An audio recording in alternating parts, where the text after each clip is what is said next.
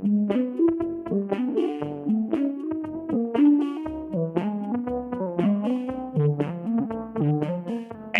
welcome to Scrolly's podcast. I am SqatCobblr, and I am joined by my co-host. Oh, hello! It's me, Ratnado, I guess. The year is currently 1999. We are doing podcast episodes on new release games, all original ideas, for the first time. Yes, we are. This will no doubt go down in history and the nostalgia of all our players. What is going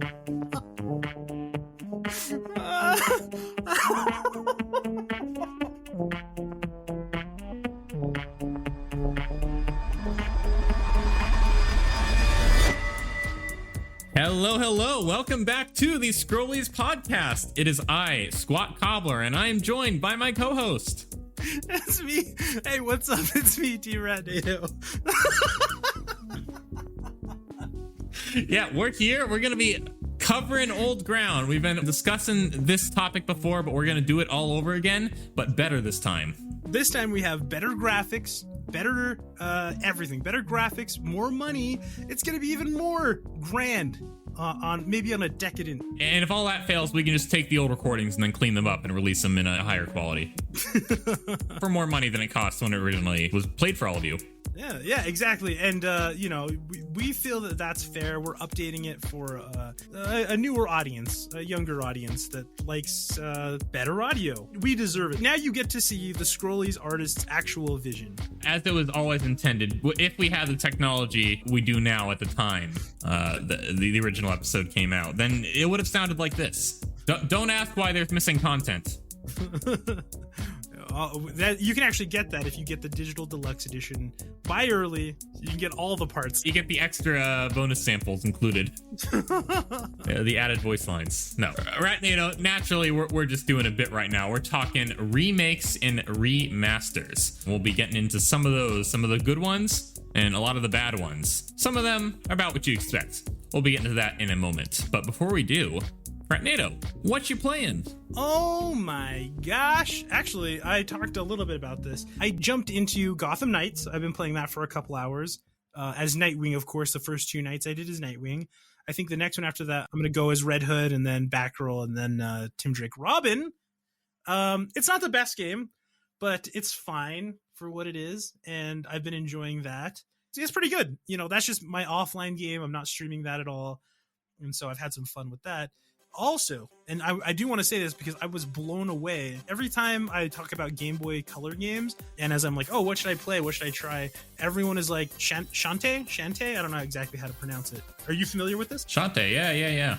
The genie fighting the pirates. Yes, exactly. Risky Boots. I've always heard about this stuff, but I've never been involved in it. Until now, I started playing the Game Boy Color game. I was blown away. This is crazy. Supposedly it was the last Game Boy Color game done. Oh, like ever, like the last one released. Mm-hmm. And they really figured out how to make use of the music, the graphics, everything about it is very impressive for being like 23 years old. Very nice, man. I have played it as well. It is very visually impressive. I've played the first few levels of Shantae before on my 3DS, no less, not on the Retroid, but yeah. I'm sure that's also a great place to play it. However, Ratnado, I guess we're just a couple of handheld boys today because I as well have been playing handheld releases on the Switch. Ooh. Based on recent Nintendo Direct, they have now announced that GBA and Game Boy Color games are now on the Switch Online, which they should have been years ago. I think we'd all agree. But hey, better late than never. What's wild about that is I literally just started to get into the market of handhelds for this exact reason. And now they're doing it of like, wow. I mean, I don't know. I'm not saying I'm in the Truman Show. I'm not saying this is the Team Ratnado show and you're all NPCs in it. But if it was, this would be evidence for me. That's all I'm saying. That's fair. You don't get the same form factor with the Switch, so I guess you're not really getting the authentic experience. But nonetheless, I mean, decent selection to start out with. It's only just the first few that have been released, so nothing's been added quite yet. But I'm sure there'll be throwing those ROMs up as they go, like they tend to do. Yeah. Still kind of wish the GBA titles weren't locked behind the expansion pack, even though I have the expansion pack thanks to our deeply discounted family plan, Ratnado, with me, you, and several others who are all distantly related to Nintendo. Make no mistake. It is kind of funny. Everybody's on it. You're on it. Chunky Cat's on it. This guy I used to work with like 5 years ago is on it. Just one big happy family all sharing an account playing the GBA games for dirt cheap. No, I'm reliving one of my old favorites, Super Mario Advance 4, Super Mario Brothers 3. Funny enough, Ratnado, this was the first time in decades Nintendo has even referenced the e-reader, a peripheral that I had myself on my first console, the Game Boy Advance, and I played the extra Super Mario Brothers 3 levels that way, and they've included it. So good on them. They did that on the Wii U Virtual Console too, so I wasn't really expecting it to not happen. But hey, good to have that off the bat. Those extra levels were really something for the time. Yeah, I did think of that during the thing. I think you were watching it as well for YouTube. Yeah, I have it up on YouTube. Yeah, I saw that, and well, I was reacting to it as well. I was like, oh, like that's SqatCobblr. That was what he had. He's the one who did that. Now I can experience as a SqatCobblr intended. Well, Nintendo, but also SqatCobblr. Yeah, it was myself, and then no one else within a 100-mile radius had the e-reader. Probably. I am alone in that from my own life, but now others can experience it with me. Yeah. Only 20 years later. I think the one I'm most excited about is Mario and Luigi Superstar Saga. I've always wanted to play those, and I haven't played them yet, so I'm hyped. I haven't done it yet, but I'm going to. Yeah, I've heard the writing in those are really good, and then the music, naturally, we referenced in the Yoko Shimomura Composers episode, so she did the music for those games, and no doubt just as good as her other work. Hyped. That's what we've been doing. We've been going back to the originals, Ratnado, the OGs, the untouched ROMs, but what if we wanted to experience these games again, but more up to our modern standards, with perhaps a few quality of life improvements, maybe a little bit of added content, and updated visuals, of course. Hey, listener, if you're walking, don't slip, because that transition was smooth as butter. I tell you what, Ratnado, everyone would happily play Super Mario Brothers 3 remade again, or remastered. Yeah. Or what's even the difference? What's the difference between a remake and a remaster? I guess let's establish that off the bat, because making definitions, that's what we do best here at Scrollies. Number one, Eggy, could you get on the chalkboard, please? Okay, he's at the chalkboard. Let's write on remake. Hey, he's a Gen Z. He doesn't know what a chalkboard is. Eggy, that's the monitor. No, that's the whiteboard. Yeah, the green one. The chart. Okay. Okay, we're just gonna type this up, Eggy, in a Word doc. As I understand it, let me give you my understanding of what it is. A remaster is just taking like the old asset, the old game. I think there's a little leeway in there where you can like somewhat put it into a new system, but you're using either like the original placement, the original asset, whereas a remake is like, we're going to do it in the spirit of the old one, we're going to include a lot of it, but it is a remake of like, let's redo it, not just make the old one prettier, right?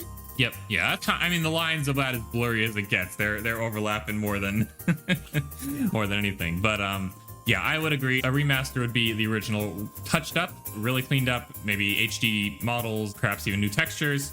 Gameplay, more or less the same, I'd say. Maybe a few quality of life improvements. I'd say probably a great example of this is Wind Waker HD. That was the original game. That was all the original models, but I mean, it just, new lighting, new textures, everything just made it look so clean and crisp and pleasing to the eye, as much as the original Wind Waker was, and still is in a way, but yeah. Wind Waker HD would be my prime example of a remaster. And maybe that'll change later in this discussion, but that's it for right now. And then a remake would naturally be something like Final Fantasy VII Remake, where it's basically a brand new game, following, I guess, like the rough outline of the original story, but it's a totally new experience for both those who have never played and for those who have played and are playing the remake for the first time. Yeah. Remake, Final Fantasy VII Remake is also, it's got some Nomorisms in there, so. As we've discussed, so. If you have a better example of a remake, be my guest. I guess the Dead Space remake, I haven't played it, but people seem to really like that. It just came out not too long ago. And the reason why this, I guess, is pertinent, we're drowning in both, right, SqatCobblr? Remakes, remasters are just around every corner, no matter where you look. And hey, I'll address the obvious.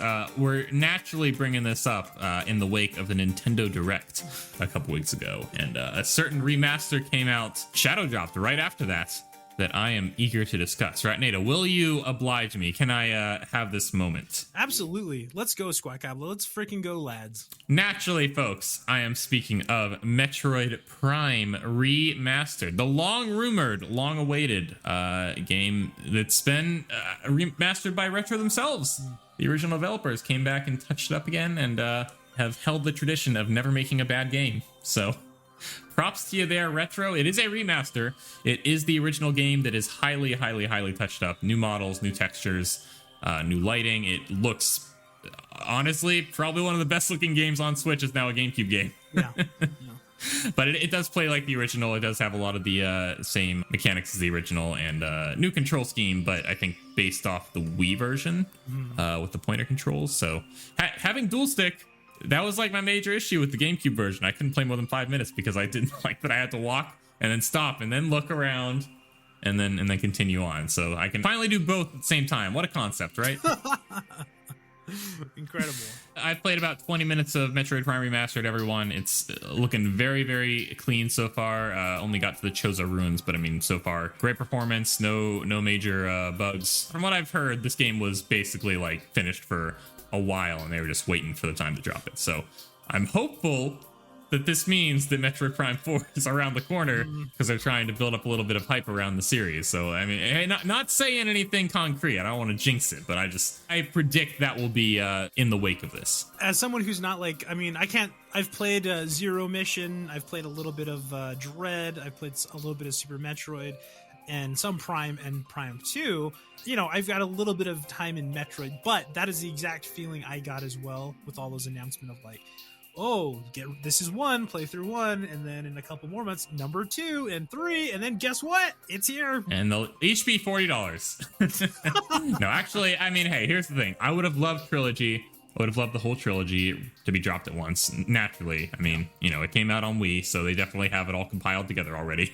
But $40 for a remaster is, I think, a much easier pill to swallow than $60 for a 10-year-old Wii game that's barely touched up at all with no added content. I'm looking at you, Skyward Sword HD. That's really just the reality of this bizarro timeline we're in right now. Nintendo is putting more effort and care into 2D and 3D Metroid than they are into 2D and 3D Mario games. It's crazy. And their releases. It's really something. I guess Link's Awakening would be the exception there, but Mario's got like nothing new on the horizon as far as 2D games, and the last 3D game was about 5 years ago, so yeah. Hey, I don't know what's going on. I'm not complaining though as a Metroid fan. So you have no, like, you're totally good with the remaster. Bring that up because I know that for example, Vivian was saying, like, she's like, yeah, that's kind of cool, but also it already plays better on, like, with the mods or whatever, use a keyboard, which you've also brought up. That's kind of the thing that's interesting about that is when players kind of make things to try and update these things, and then along comes the remakes and the remasters making something like, who knows, are they as far ahead? That's maybe another question for another date. But not to get too PirateCat.gif, but I think it would be hypocritical of me to complain about old game jank and you know, having that be the legacy of a game when modders come along and improve it, and then to not buy the updated version with new controls officially released. Yeah, I will say, hey, I think if you're a first-person shooter fan, if you're used to playing with keyboard and mouse, the best way is still going to be through mods. That said, visually, I do think that the new release looks better because they actually did go in and replace all the models and the lighting, whereas with the mod, they're kind of working with what they had, and it's just new textures for the most part. As great as I think Prime Hack is, I give credit where it's due. Retro did a great job, and there's a ton of accessibility options that were just never present in the first game that honestly, like, puts it in the same tier as like a Sony release now, as far as like anyone can pick it up and play it and tune it to their liking. It looks pretty good. I'm hyped. I'm excited. I just bought them on Wii U, so you know. Well, at least you have 2 and 3 handy. Yeah, no, I've got 1 and 2 as well, though. I like the actual disc. I've got 1, 2, and 3. I've got the original on GameCube and on Wii U, and now we're remaster. Well, pick your poison, I guess. Whatever's to your liking there, but that's something I wanted to highlight right now. Let's talk about a few other remasters and remakes though, while we're on the subject, because hey, like we said, we're in an ocean of them right now. It's almost to the point that we're drowning in them. Yeah, just about. I mean, like, obviously we've already mentioned Final Fantasy VII Remake. That's been brought up, and we've talked about that at length. Some of the other ones more recently that have come up, I know that like last year there were some issues with it, but like Chrono Cross, they had a remaster. I've been talking about recently about the Ghosts and Goblins, I believe, the remaster for that, which has been a lot of fun. I'm so bad at it, but it is so much fun. The music is updated, and that right there is a remaster. And I don't know. I think there's a lot of people, they like when they see that. I feel like a lot of people are like, oh, a remake, a remaster. Come on, do something original. And I agree with that. I'm feeling that a little bit. But at the same time, like kind of like what you said, so many of these are games that I've wanted to play or revisit, and it's like, cool, it's more convenient for me to play it now. This is great. 100%, yeah. Naturally, Ratnado, we brought up some good ones. Do we want to take a moment to talk about some of the bad ones? Ooh, some of the quick cash grabs, and maybe we'll start with a series after your own heart, Final Fantasy Pixel Remasters. Oh yeah, actually, I mean, those are kind of difficult. Bit of a mixed bag, huh? It's a mixed bag because I think like some of the older ones, there's a lot of really good stuff about it. The one thing I will say about the Pixel Remasters is they redid a lot of the music, and that was like, that's so good. I think if I'm ever gonna play like 1 and 2, I have to play those Pixel Remasters now, just because I'm not a huge 8-bit guy. I know that like Shadow Ultrajonic, he loves 8-bit stuff. He's always talking about it. He wants everything. And I'm just not, I don't really jive with the 8-bit look of things, and it's not for me. The music, it's not nostalgic for me in a way that I think is for a lot of people. But the Pixel Remasters otherwise are like pretty decent. Ultrajonic famously first rated playing the Final Fantasy III Pixel Remaster, the real one, not the localizationed Final Fantasy III on Super Nintendo that we were jokingly rating, quote unquote. Yeah, exactly. I mean, there's still some argument. I think that the Final Fantasy VI Pixel Remaster, for example, it misses some, like, even though they're like making it HD and like they did a lot of the pixels, they remastered them. I think in some of those cases there was a downgrade because somebody didn't understand kind of the charm of them. They had an art direction. So Final Fantasy VI is very dark. The colors in it are very spaghetti western in a way. I don't know if there's another way to describe it. And this new stuff comes in and it's bright and it's shiny and it's super clear, and it's like, that's kind of not the point. Yeah, I think the most difficult thing to nail when doing a remaster, I mean, it's easy to make something look good. We see all those like YouTube, like Unreal Engine remakes of all these games, and then they have like terrible animation. It's like only pretty visuals. But yeah, art style is just something that's so hard to recapture because often these developers were working with such technical limitations. They really had to let the art style carry the games and elevate them for the time. So now that we have basically, you know, the world is our oyster as far as visuals go, sometimes it's hard to get back into that headspace and then bring it to modern standards while also retaining what we knew it as back then. Absolutely. What has been your like worst remaster recently that you can think of? That I've played or that I've seen? Because I usually I don't get if it's bad. Probably the most disappointing for me was the GTA Definitive Edition trilogy, because I haven't actually played those original PS2 GTAs in full. I've only played like, you know, just the first little bits of I guess ports of them.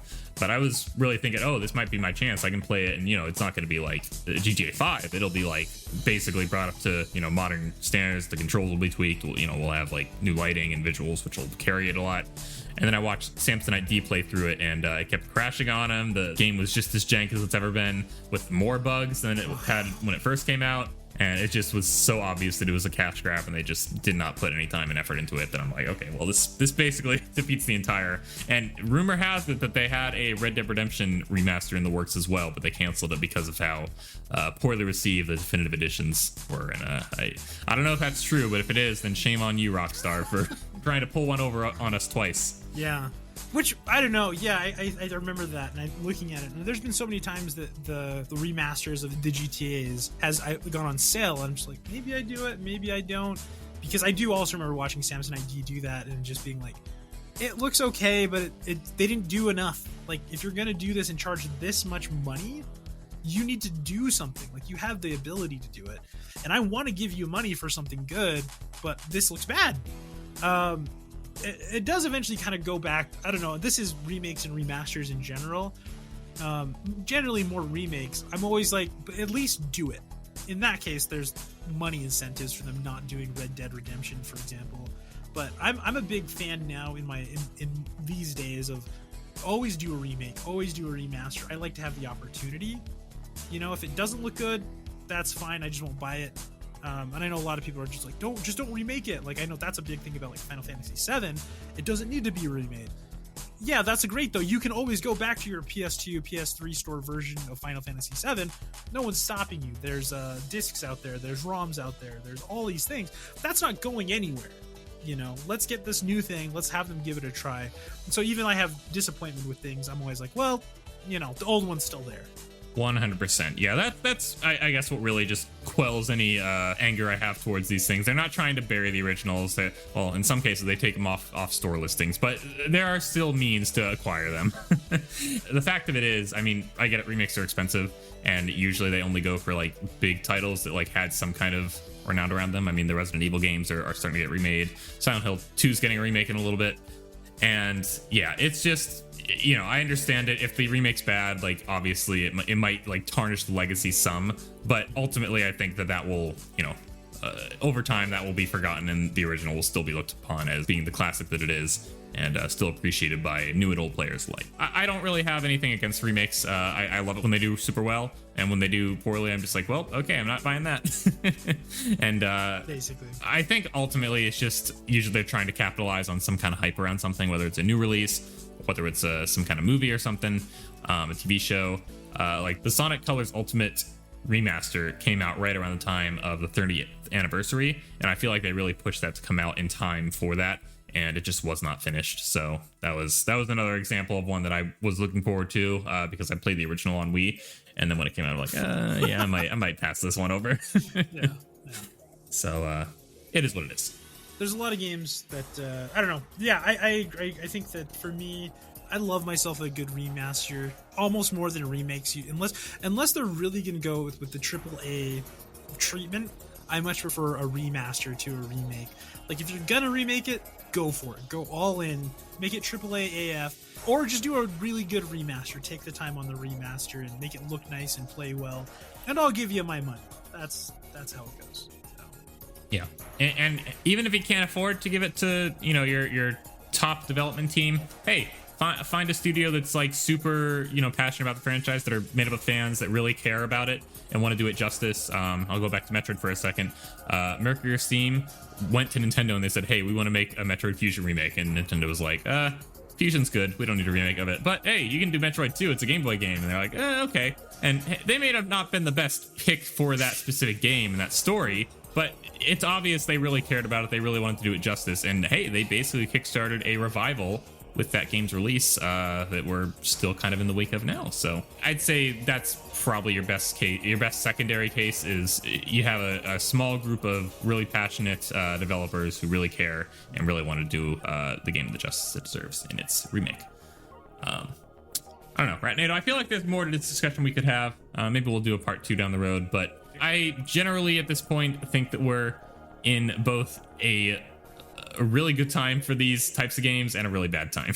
Ultimately, I feel like we're just going to kind of continue along these lines, where we're going to have the cash grabs and we're going to have the really like high profile passion projects come out that, you know, top the charts as being, oh, you know, rivaling the original experience is the way to play it from now on. But hey, ultimately that's just gives us more choice, gives us more options, and that's never a bad thing, right? Yeah, exactly. SqatCobblr is already setting us up for our remake or our remaster or a continuation of this. 2024, Grade A willing, we'll remaster this episode into something even better. Maybe we'll put in dual bands and 4D sound. Make 4D sound, that's it. A 5.1 surround sound podcast. It's the first of its kind. It sounds like you're sitting between me and SqatCobblr. Yeah, it's all part of the Scrollies, the video game experience. You are the podcasting guest. That would actually, if I was good at this, I really would like want to do like a 3D game, like a 3D VR game. That would be, I mean, at least we'd make a model of me, a model of you. Maybe, hey, if anyone out there is listening to this, and you want a really fun idea, do the Scrollies VR studio. Don't expect any return on investment. Just we're looking for only the passionate fans that really want to do it justice. No, imagine just we have like one listener who's like a billionaire, owns a gaming company. The president of EA listens to us and they're like, there's this podcast. We're not doing business with you, EA. Yeah, sorry, that's strictly forbidden. It's per the Scrollies founding agreement. No EA contracts. All right. Well, Ratnado, I think we've definitely got more to talk about here, but we will save that for another time. Thank you so much for joining me this episode and talking this discussion. Tell me, what are you doing on the Twitch that people can check out? Still hoping for fiber. It's got to be close now. They're saying pretty soon. And when that happens, streaming is going to be going crazy. We're also gearing up. It might be a week from now when you're here, of you hearing this, we are going to be going to, me and Papa War's staff, going out to Arizona to a Renaissance fair to hang out with Dan Surrett. Oh my gosh. She's already got like her Ren Fair attire, and me and War staff, who knows, maybe we'll do the pre-stream either of getting stuff there or putting something together before we even go. So who knows? Heck yeah, well, I'm certain we can expect a IRL stream of some form or another there. Yes. Assuming she's willing, otherwise cut this. No, she knows the deal. We sent the contract over to Chunky Cat, and she is signed on, so we're all good to go. Also, RatCon coming up May 26th through 29th. Come to the Team Ratnado Discord if you want more information there. I'll try to post something maybe on Instagram or something as well. And it's in Pittsburgh. We're going to hang out with Main Tater. We're going to do some streams, have some fun, and it's going to be a good time. Let's go. It's going to be great. It's going to be great. I'm looking forward to it. Last year was really fun, and this year is sure to be more of the same. Likewise, I got lots going on the YouTube, so be sure to check that out. And am I forgetting something? Probably not. I'll remember it later. Shout out Huge. Shout out the Huge Discord, where you can find all of your SqatCobblr updates, along with the likes of DD Bash, Main Tater, and Andrea H. We play a lot of Fortnite there, so if you like Fortnite, then, well, I guess that's the place to be. That's where you gotta go. That's where you gotta be. All right, everyone. We will catch you in the next one. Thanks for stopping by. See ya. Bye.